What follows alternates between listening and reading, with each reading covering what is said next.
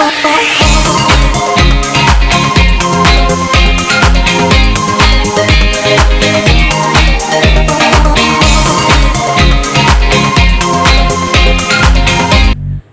lagi di channel Agustin Flaviana. Jangan lupa klik subscribe dan tanda lonceng. Anak-anak, di video sebelumnya Bu Agustin sudah menjelaskan tentang pengertian, tujuan, ciri-ciri, dan struktur teks eksposisi. Nah, di video kali ini Bu Agustin akan membahas tentang kaidah kebahasaan teks eksposisi. Kaidah kebahasaan teks eksposisi adalah aturan atau yang menjadi pedoman dalam penyusunan teks eksposisi. Kaidah kebahasaan dalam teks eksposisi terdiri atas kelas kata, afiksasi, dan jenis-jenis kalimat. Jadi, dalam materi teks eksposisi kita akan membahas ketiga aspek kebahasaan tersebut. Namun, dalam video ini Bu Agustin hanya akan membahas tentang kelas kata dan jenis kalimat. Untuk materi afiksasi, kalian bisa melihat video sebelumnya. Materi yang pertama akan dijelaskan yaitu tentang kelas kata. Kelas kata terdiri atas kata benda atau yang biasa disebut dengan nomina, kata sifat atau adjektiva, dan kata kerja atau verba. Berikut ini penjelasan tentang ketiga kelas kata tersebut. Yang pertama, kata benda atau nomina. Ciri-ciri kata benda. Yang pertama, bisa disangkal dengan kata bukan. Contoh kata meja. Bukan meja. Jadi, meja termasuk kata benda atau nomina. Yang kedua, membentuk konstruksi kata benda ditambah yang ditambah kata sifat. Contoh pada kata meja. Meja yang kuat. Meja termasuk kata benda, kuat termasuk kata sifat. Jadi, dapat dibuktikan lagi bahwa meja merupakan kata benda. Bagaimana? Apakah kalian paham? Jika paham, kita lanjutkan dengan penjelasan tentang kata sifat atau adjektiva. Berikut ciri-ciri kata sifat. Yang pertama, dapat diberi keterangan agak, sangat, paling, sekali. Contoh kata cantik ditambah dengan kata sangat menjadi sangat cantik. Jadi cantik termasuk kata sifat atau adjektiva. Yang kedua, membentuk konstruksi se ditambah kata sifat diulang ditambahnya. Contoh cantik. Secantik-cantiknya. Cantik termasuk kata sifat atau adjektiva. Nah, sangat mudah ya untuk menentukan kata sifat. Selanjutnya, Bu Agustin akan menjelaskan tentang kata kerja atau yang biasa disebut dengan verba. Ciri-ciri kata kerja yang pertama bisa disangkal dengan kata tidak. Contoh kata tidur. Tidak tidur. Jadi, tidur termasuk kata kerja atau verba. Nah, anak-anak, kamu bisa cari contoh lainnya. Yang kedua, membentuk konstruksi kata kerja ditambah kata sifat. Contoh kata tidur. Tidur dengan nyenyak. Tidur termasuk kata kerja, nyenyak termasuk kata sifat. Jadi, tidur ini terbukti lagi merupakan jenis verba atau kata kerja. Berikut ini akan dijelaskan tentang jenis-jenis kalimat. Jenis-jenis kalimat yang akan dibahas dalam teks eksposisi ini yaitu kalimat nominal dan kalimat verbal. Kalimat nominal.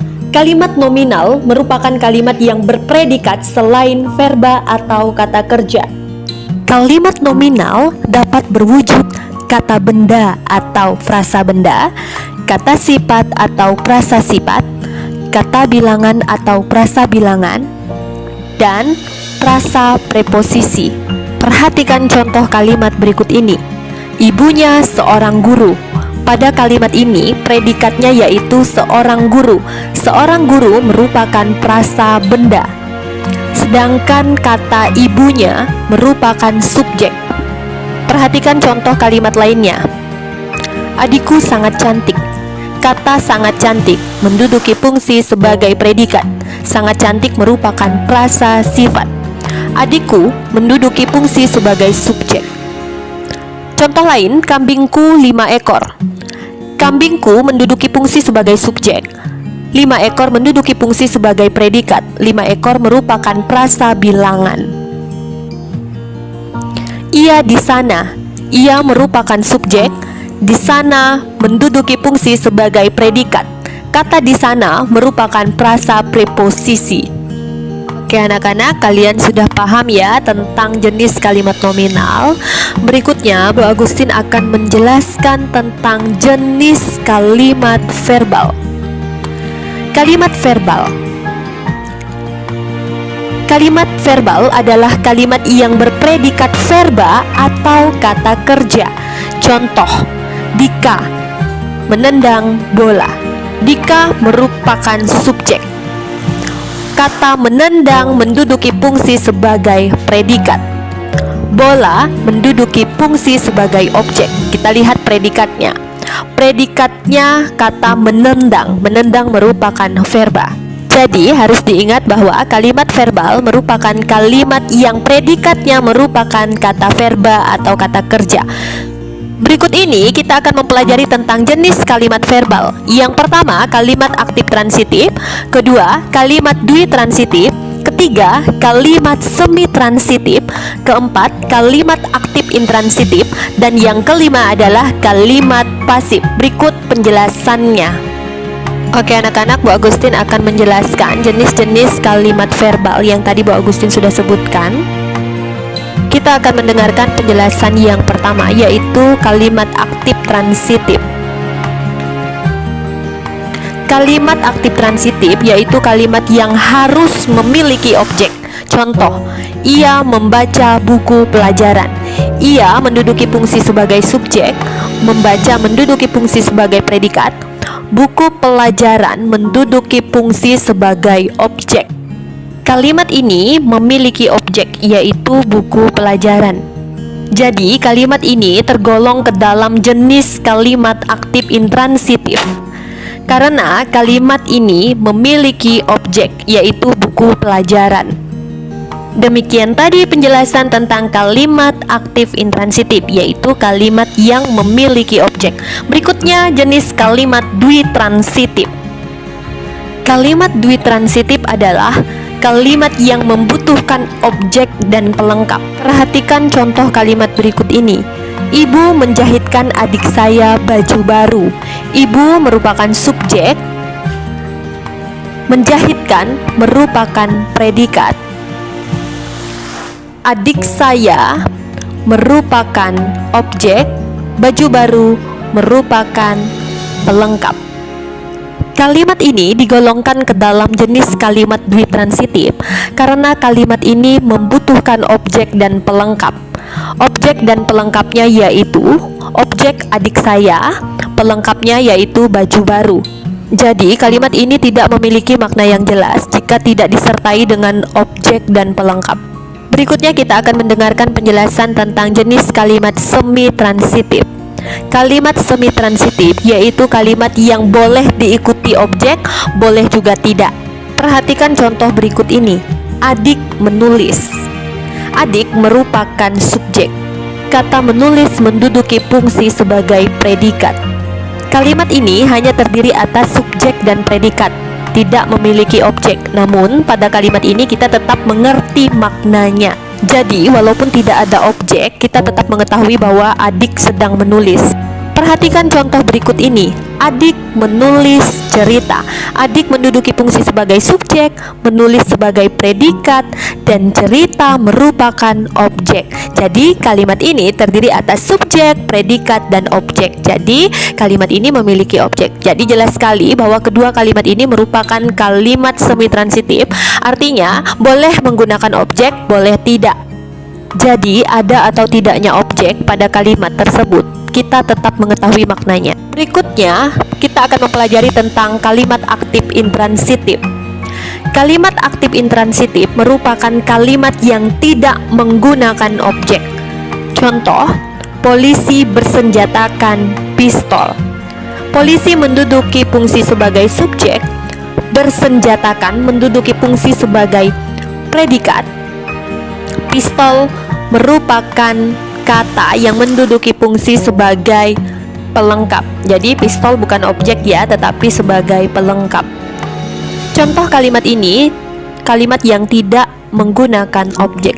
Jadi termasuk ke dalam jenis kalimat aktif intransitif. Kalian sudah mempelajari 4 jenis kalimat verbal. Selanjutnya kita akan mempelajari jenis kalimat yang kelima, yaitu kalimat pasif.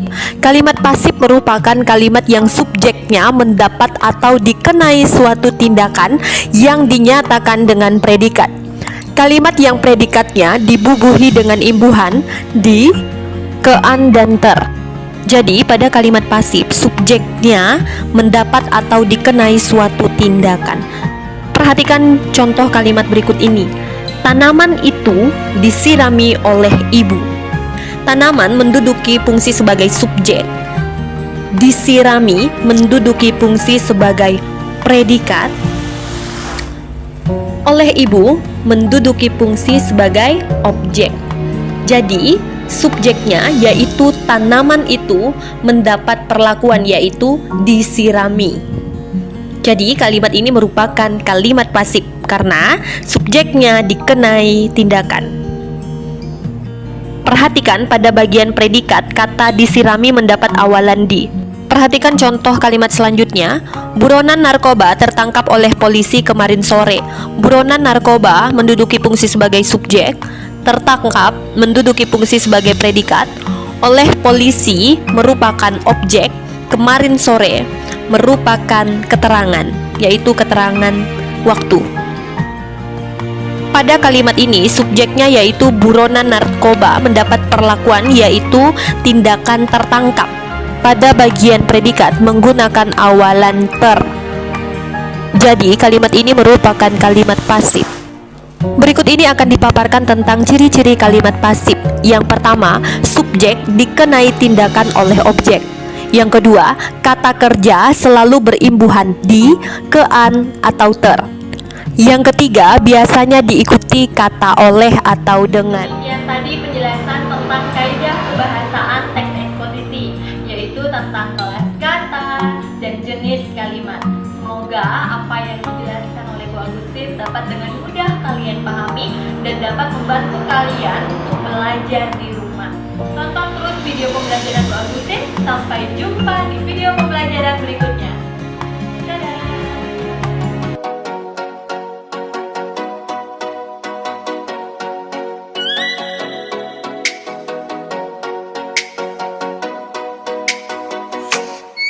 Oh, let me up with a bright